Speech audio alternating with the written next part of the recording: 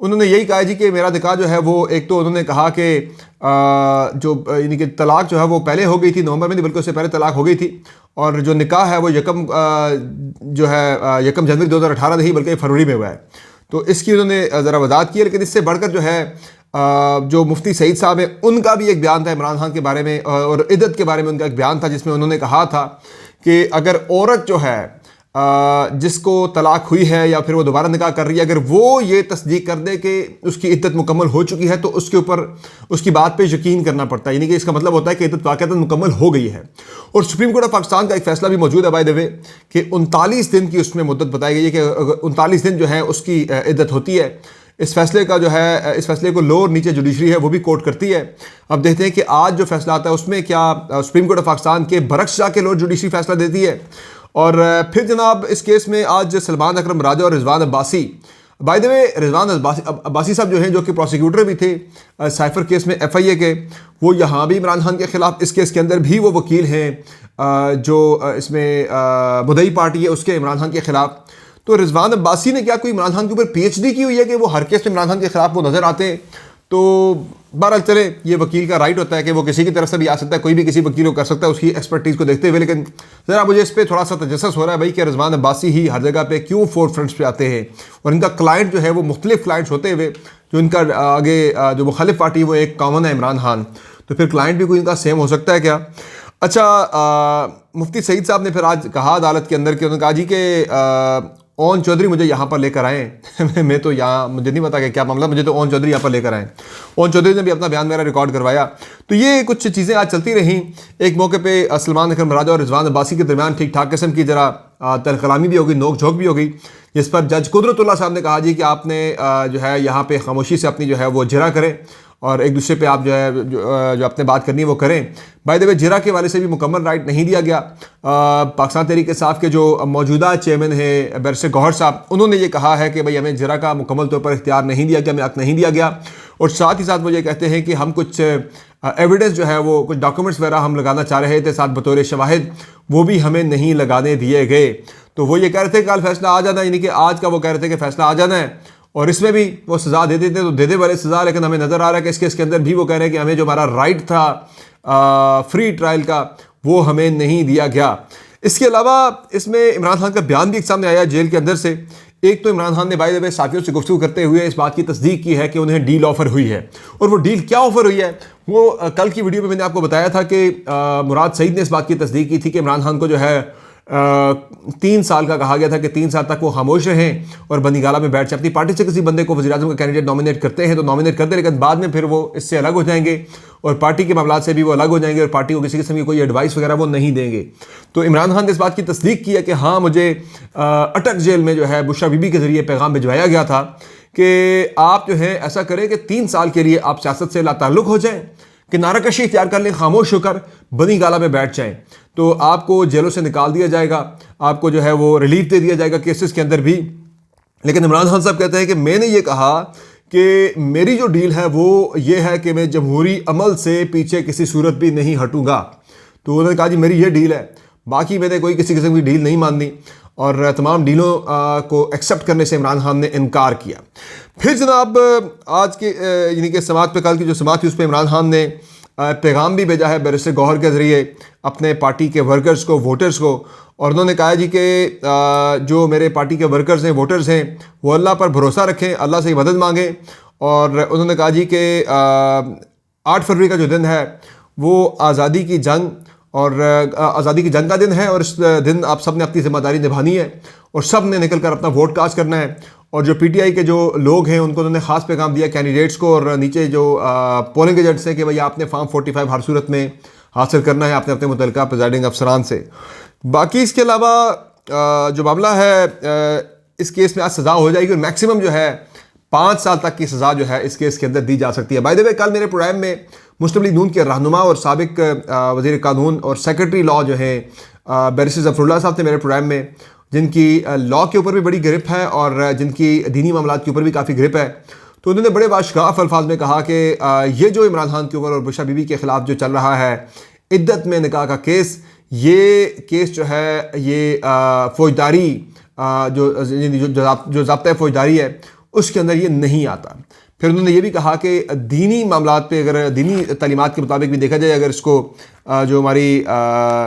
جو یعنی کہ جو دینی تعلیمات ہیں اس کے اندر بھی وہ کہہ رہے ہیں کہ شریعت کے اندر یہ اس نکاح جو ہے یہ ناجائز نکاح نہیں ہے، اگر وہ عدت کے دوران ہو بھی گیا ہے تو پھر بھی یہ نکاح جو ہے وہ ناجائز نہیں ہے، حرام نہیں ہے۔ اس میں وہ انہوں نے کوئی ٹرمنالوجی یوز کی تھی، کوئی ورڈ ملحد یا پتہ نہیں کیا، وہ اس طرح کا انہوں نے کہا یہ ہوتا ہے، باقی اس میں کوئی غلط چیز نہیں ہے اتنی زیادہ۔ باقی انہوں نے اس میں یعنی کہ کھل کے سپورٹ کی عمران خان کے موقف کی، انہوں نے کہا یہ پارٹی کا نہیں ہے، میرا ذاتی موقف ہے اور بطور ایکسپرٹ میرا یہ موقف ہے، تو وہ بھی مان رہے ہیں کہ بھائی یہ نہیں بنتی۔ تو اب جج صاحب اگر سزا دیتے ہیں آج قدرت اللہ صاحب، تو یہ جوڈیشری کے اوپر جو ہے ایک اور بڑا سخت قسم کا جوڈیشری جو ہے وہ اپنے لیے ایک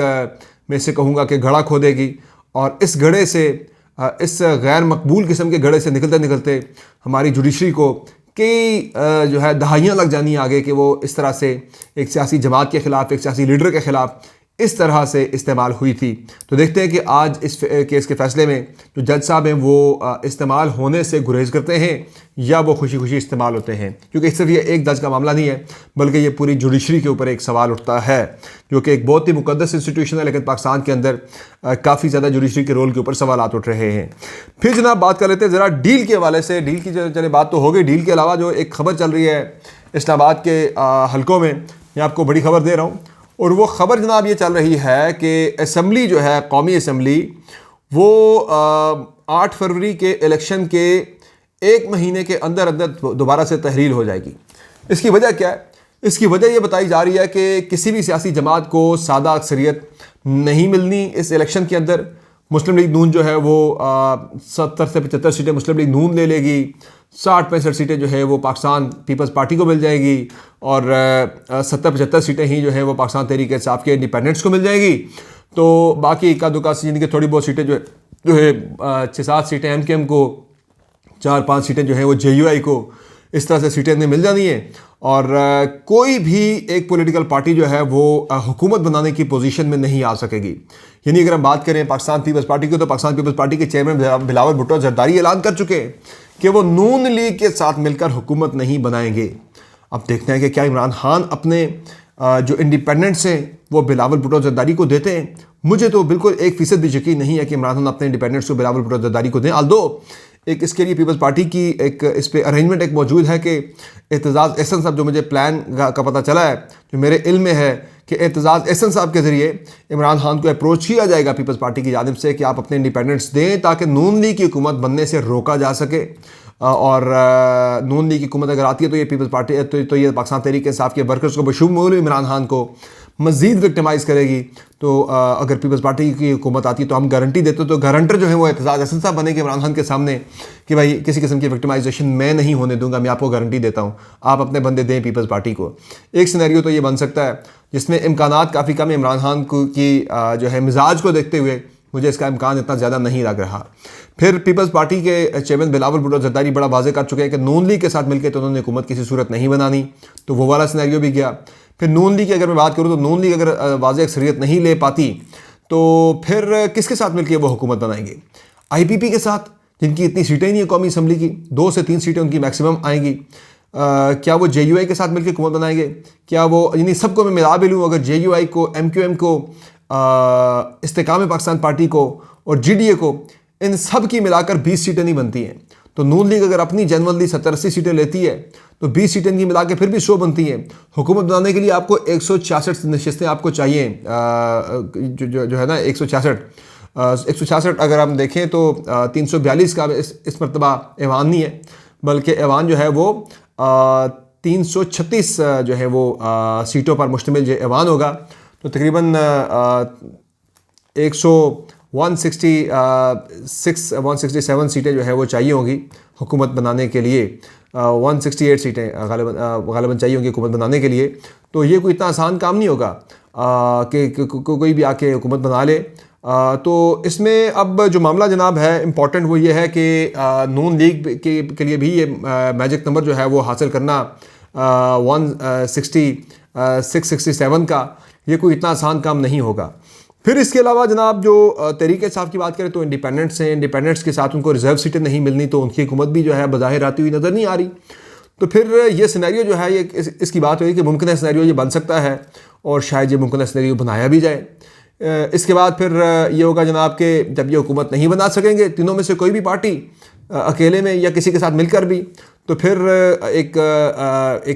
جو یعنی کہ ایک آئینی بحران بن جائے گا اور پھر یہ اسمبلی دوبارہ سے تحلیل ہو جائے گی. جب دوبارہ سے تحلیل ہوگی تو اس کے بعد پھر کیئر ٹیکر سیٹ اپ جو ہے موجودہ پھر وہی کنٹینیو کرے گا. یہ ایک تھیوری جو ہے, یہ ایک تھیوری ہے یہ جو کہ اسلام آباد میں آج کل بکھری ہے. کل سے یہ اس پہ کافی زیادہ لیدے ہو رہی, کافی بات ہو رہی, کافی بحث مباحثہ ہو رہا ہے کہ یہ چیز ممکن ہے. مجھے نہیں لگتا کہ اتنا زیادہ معاملات جو ہیں اس حد تک جائیں گے. ممکن ہے کہ نون لیگ کو روکنے کے لیے پیپلز پارٹی اور تحریک انصاف کے درمیان ہو بھی جائے, لیکن یہ ایک پاسبلٹی کی بات چل رہی ہے کہ ایسا ہو سکتا ہے. تو دیکھتے ہیں کہ ایسا ہوتا ہے یا نہیں. یہ نمبر آف سیٹس کے بارے سے تو مجھے لگ رہا ہے کہ اتنی ہی آنی ہے. 70 کے آس پاس ہی تینوں پارٹیز یعنی پیپلز پارٹی کی شاید 60-65 آ جائیں, نون لیگ کی 70 کے آس پاس, تحریک انصاف کی بھی 70 to 80 کے درمیان ہی سیٹیں جو آنی بنتی ہیں وہ اتنی ہی آئیں گی. تو یہ ایک سینیریو ممکنہ طور پر بن رہا ہے جو کہ بڑی انٹرسٹنگ صورتحال کی طرف جا سکتا ہے. اس حوالے سے پوری دنیا میں ہوتا ہے کہ رن آف الیکشن ہوتا ہے. اگر پہلے مرحلے میں اگر 2 صدارتی کینڈیڈیٹس جو ہیں وہ اگر ان میں سے کوئی بھی واضح اکثریت نہیں لے سکتا تو پھر رن آف الیکشن ہوتا ہے کہ دوسری مرتبہ جس کے زیادہ سیٹیں آ جائیں. لیکن پاکستان میں رن آف الیکشن والا ایسا کوئی کانسیپٹ موجود نہیں ہے. تو یہاں دیکھتے ہیں کہ کیا صورتحال بنتی ہے الیکشن کے بعد, لیکن کوئی نہ کوئی جوڑ توڑ یقینی طور پر اس میں کر ہی لی جائے گی. باقی یہ جناب ڈیٹیلز ہے. باقی مائیکل کوگلمین جو کہ غیر ملکی صحافی ہیں, انٹرنیشنلی بڑے ویل نون جرنلسٹ ہیں, انہوں نے ایک وضاحت جاری کیا کہ وہ کہتے ہیں میاں نواز شریف کو میں نے مقبول لیڈر نہیں لکھا. ان کا ایک آرٹیکل چھپا تھا بی بی سی کے اندر, ایک آرٹیکل میں ان کا کوٹ جو ہے وہ چھپا تھا جس میں انہوں نے کہا تھا کہ میاں نواز شریف جو ہیں وہ پاپولر لیڈر ہیں اور انہوں نے کارڈز بڑے زبردست کھیلے ہیں سیاسی, جس کی وجہ سے ان کا چانس زیادہ ہے حکومت لینے کا. تو انہوں نے وضاحت جاری کی, انہوں نے کہا جی میں نے میاں نواز شریف کو پاپولر لیڈر نہیں لکھا, میں لکھنا چاہتا ہی سٹنلی از کے بجائے ہی سٹنلی ناٹ. تو وہ کہہ رہے ناٹ لکھنا میں مینشن کرنا بھول گیا تھا, بعد میں دوبارہ وہ کہہ رہے ہیں میں نے بی بی سی کو اس کی وضاحت لکھ کے بھیجی ہے. تو اب بی بی سی نے اس کو کریکٹ کر کے چھاپ دیا کہ Mian Nawaz Sharif certainly not a popular leader, لیکن انہوں نے کارڈز اپنے اچھے کھیلے اس لیے ان کا چانس بنتا ہے کہ وہ حکومت لے لیں. تو these are the stories for today. آج کے دن کے لیے یہ خبریں ہیں. باقی جو ڈیٹیلز آئیں گی اس کیس کی انشاءاللہ وہ آپ سے بر وقت شیئر کریں گے. اجازت دیجیے, اللہ حافظ.